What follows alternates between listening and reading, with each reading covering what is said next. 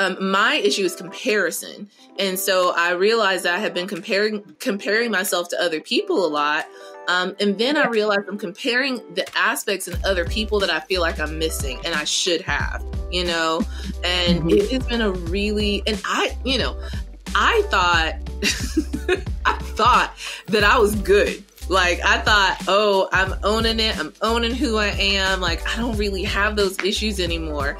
And then this year, the Lord's like, hey, I have some stuff I'm going to open up in your life. But first, you have to deal with your self-image, because you can't move into those things without seeing who you are. And I was like, what?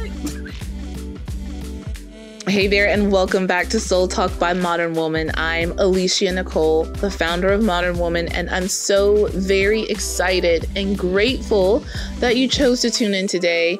This series on being who you are and letting your light shine is really very close to my heart, because it is the core of what Mdrn Woman is about. Creating a platform and a community where we as women can discover who we are in God and continue to discover who we are in God and live that out fully and unapologetically. You hear me?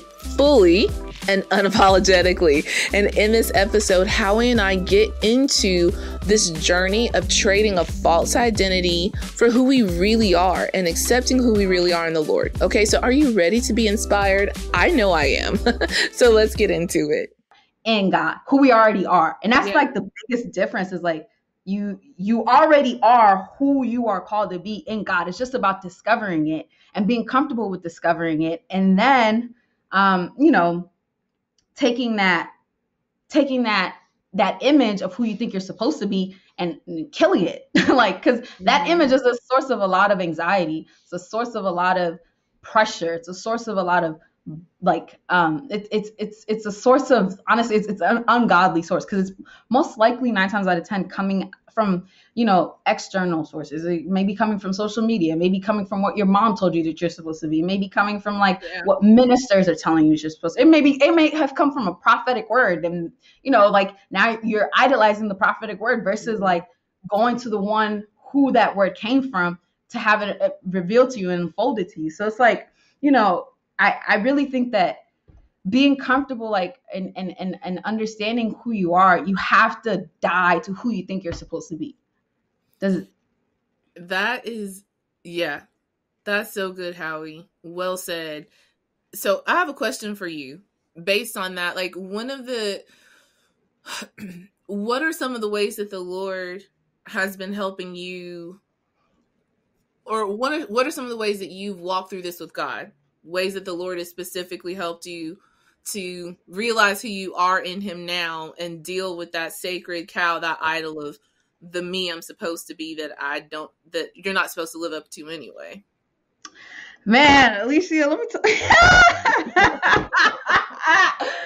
Oh, good. He is so faithful. Okay. Because I told him at the beginning of the year, I was like, look, I need to shift these mindsets. But I really wanted to do an internal work. And I'm telling you, from January 1st up until now, it has been a constant challenge. The Lord is constantly putting me in situations that have consistently addressed and made me challenge certain mindsets and beliefs that I had about myself. And so for me, it was a matter of, Lord, I'm willing to go on this journey with you.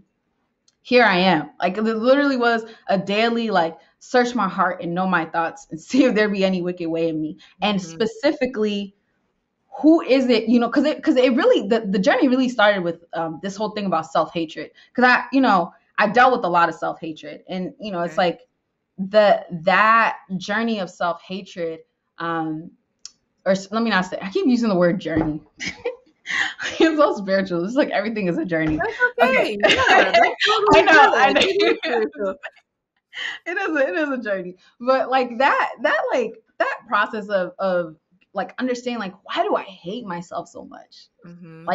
Why do I actually, and it's because, and I had help from ministers and just listening and learning from them, but it's because I'm chasing this person that I think that I'm supposed to be.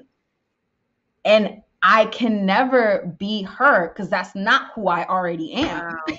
You get what I'm saying? So it's I'm hating myself because I'm like, I should be this. I should weigh this much. I should be making this much money. I should support my family and do all these things. Like, and it's all packaged in this like ideal Howie. You get what I'm saying? And so it's like it it took me understanding that like I really like I have intense self-hatred issues. From that place, then I started to learn about discovering who I am. And from that place of like, Lord, I need to let this go. Like I absolutely like because in Galatians it talks about how like the desires of the flesh war against the desires of the spirit, and they're opposed to each other. You can't have both. You can't have who you think you're supposed to be based off of all of these external sources and who the Lord has called you to be. You can't do both. You got to choose one. And so it's like, it's hard to let go of who you think you're supposed to be. It's really because it's good. It's good. It's not bad, quote unquote, but it's not giving you life. And so it's like you're and I'm saying but it's me. Like I'm talking about myself. Like so and I'm still in the process of letting go.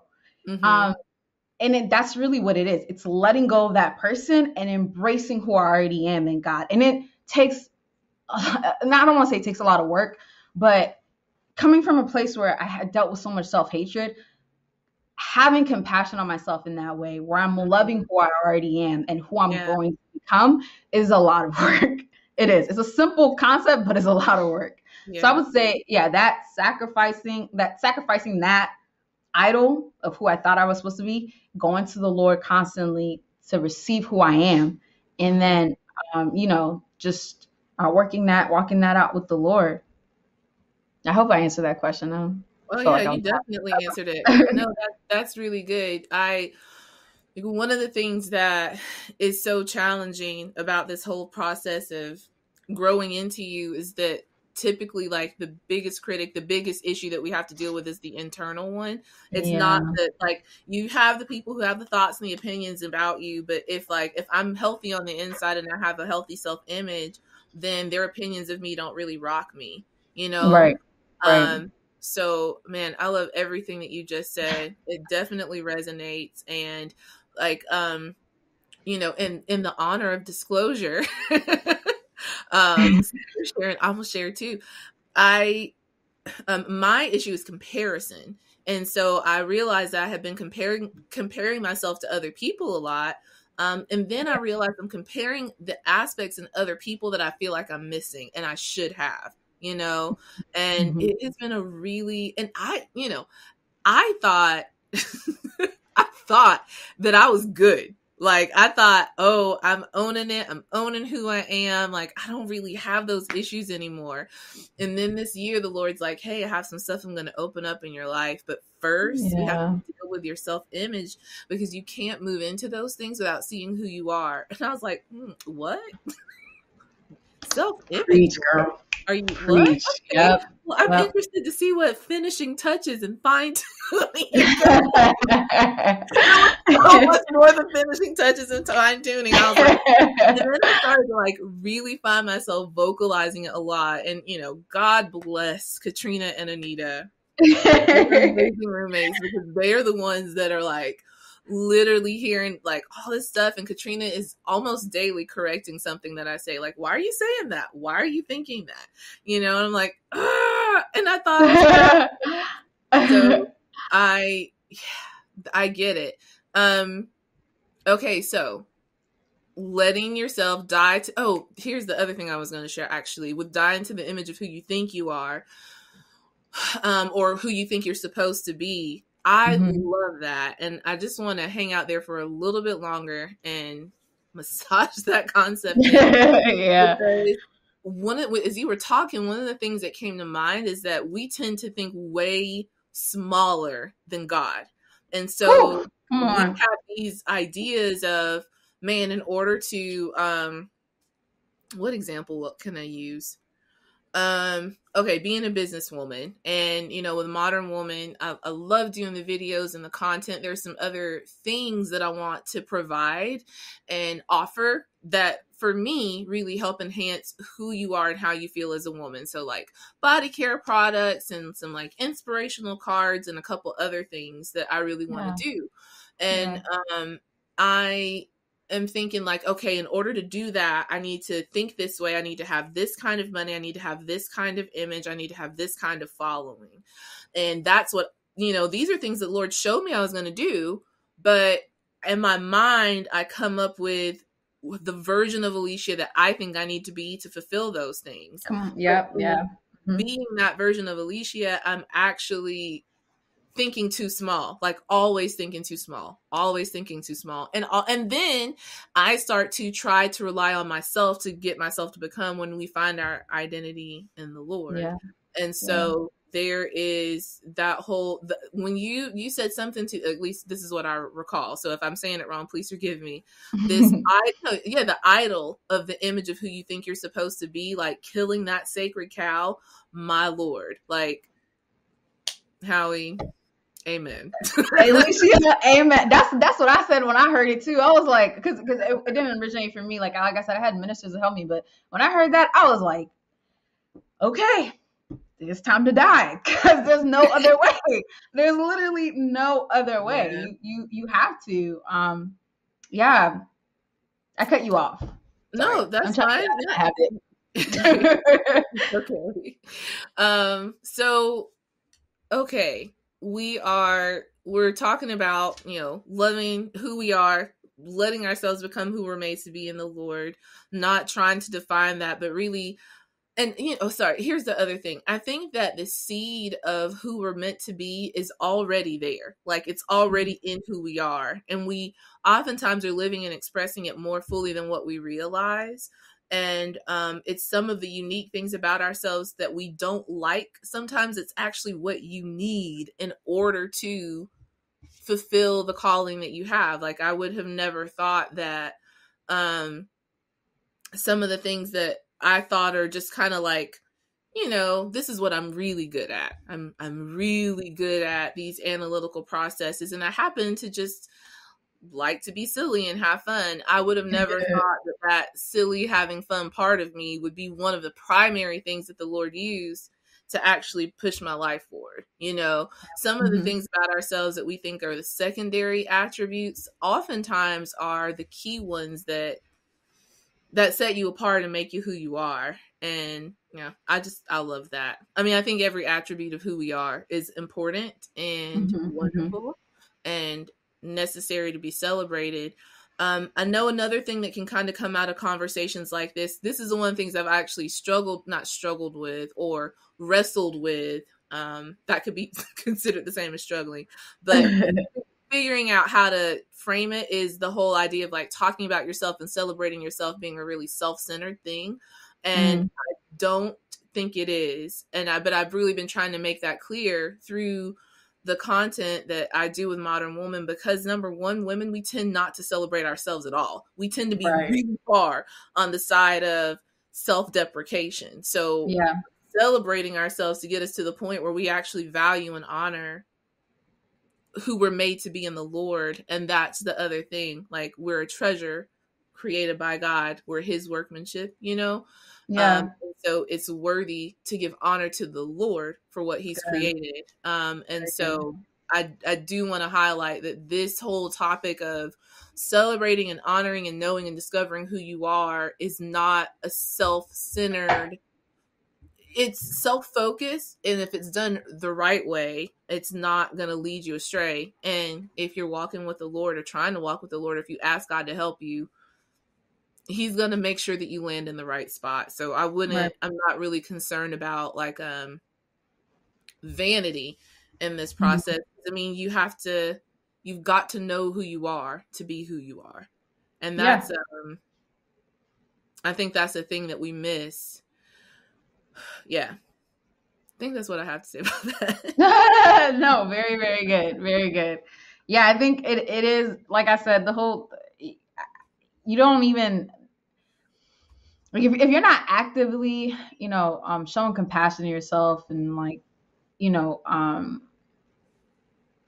treating yourself in a way that is a reflection of how the Father treats you, then like it's that goes even deeper into like complications with how you receive the Father when he does want to love on you, when he does want to, pour out good gifts or whatever the case is. Like, it's like, oh no, wait, I don't deserve this. I didn't do X, Y, and Z. So I shouldn't be in a place where I'm receiving this. Like, I need to make up for it, or I need to compensate for all this goodness around me. Or like, Yeah. I can't treat myself good because, or wow, that was bad English, but like I can't be good to myself because like I haven't done I need like it's almost just like I need to have achieved this certain goal before I'm good to Mm. myself. Or I need to have made this amount of money before I can take myself out on a vacation. But whereas like I think that aspect of constantly discovering yourself and just enjoying that process with the Lord, it comes with its own rewards. They don't have to Yeah. necessarily be like materialistic, like you go and do something, but it comes with its own rewards where you're able, like the biggest thing for me is that you can enjoy life. Like, Yeah. man, it's so hard to enjoy life when you're constantly trying to be someone else. Like when you're constantly Mm. trying to run after an image that is not who you already are. Like it's tiring. You get burnt out. And like one of my favorite scriptures is Hebrews 12, 1, 2. Let me pull it up real quick. I have it here. Yeah, because and it says like, therefore we also, since we are surrounded by so great a cloud of witnesses, let us lay aside every weight and the sin which so easily ensnares us, and let us run with endurance. Let us run with endurance the race that is set before us, looking unto Jesus, the author and finisher of our faith, who for the joy that was set before him endured the cross, despising the shame, and has sat down at the right hand of the throne of God. And like for me, the biggest part that I want to emphasize is this whole thing about let us run with endurance the race that is set before us. Like there is a Mm. race that is set before us. And it's not before your friend, it's not before Oprah, it's not before Elon Musk, like it's not before your mama. Like it is set before you. And you're looking unto Jesus as you're running that race that is set before you. You're not looking unto your mom or what IG, like IG is not the author and the finisher of your faith. Like, Yeah. like how much money you have, being a millionaire by 30 is not the author and the finisher of your faith. Like it really is running a race and looking unto Jesus. And I think that Amen. burnout, that inability to love yourself, that self-hatred comes from trying to run someone else's race. And I feel like we lose our identity, we lose who we are, we lose that uniqueness of what makes us what makes Howie, what makes Aleshia. Like we lose that when we're trying to run. Like if I'm trying to run in your lane, Aleshia, like it's like running on a treadmill. Like I'm literally just gonna be running and running and running and running and not going anywhere because that's Yeah. not my lane. That's not my race. And so I think that a lot of times with this, like, this topic of identity and like embracing who you are, your personality, all of the gifts and talents that the Lord has given you, like it's so important that you're in your own lane. And it is a godly, wholesome, like it is a heavenly lane. It is a divine lane. It is a lane filled with inheritance and riches Yeah. and all the treasures of heaven. But it's going to look different than the person next to you. And that's okay. And like, going back to the thing about the comparison thing, I think that's like we have to be okay with being different than the people around us Yeah. and not trying to define our lane by the people that are next to us or the person that's next to me. And so it's like if I'm running in your lane, Aleshia, like I'm going to burn out because like I said, I'm just on a treadmill. I'm not going anywhere and I'm going to think that I'm going somewhere. And you know what? I could be on that treadmill and I could do everything that you're doing, but I'm going to be on the treadmill. I'm not going anywhere. I may get that 30 million. I may be a millionaire by 30. I do all these things in my own strength, Yeah. like you said, but I'm still not on that. I'm not going anywhere. Wow. I'm not what's the word? In that passage in Hebrews 12, the passage before that, Hebrews 11 talks about the champions of faith, how pretty much like I'm doing this for myself if I'm in your lane because I'm trying to become you out of my own strength Yeah. versus in my lane, I am doing the work of the Lord, the work of the kingdom in advancing his kingdom in the Yes. way that he has designed for me and in a way that brings honor and glory, not just to the kingdom, but also to the cloud of witnesses behind me and the generations that are before me. And when you start to think, I'm rapping now, but You when good. you start to think of like your identity as much more than just it's about you. Like there is a whole generation, your children's children, that are depending on you being who you are called to be, so that the fullness of their inheritance is manifested in their generations. The ones that came before you, your forefathers, like I'm talking about, and yes, the cloud of witnesses in the sense of like, okay, you know, Abraham, Isaac, and Jacob, all of them, but there you have your own, like, there you have your own spiritual lineage of forefathers who, you know, have dug in the ground. There's a word for it when you're digging in the ground, but they've dug in the ground. They've plowed the field, like they've sown the seeds, and they passed on the field to you, and you're gonna give that field away to try to get somebody else's field. Like, you got to think bigger. Like you said, you got to think bigger than just I'm doing this for myself. Like, it's bigger than that. God is a generational God. He is a God of covenant. That covenant is like, it's eternal. He's a covenant keeping God. So yeah, I got excited. Yes. So that's another way that I think the Lord has been like renewing my mind about this concept, is that it's not just about me. Like, being fully me is generational. My goodness, I am so enjoying these episodes because the honesty and the transparency is so life-giving. All right, so let me give you a sneak peek into what you can look forward to in episode 14.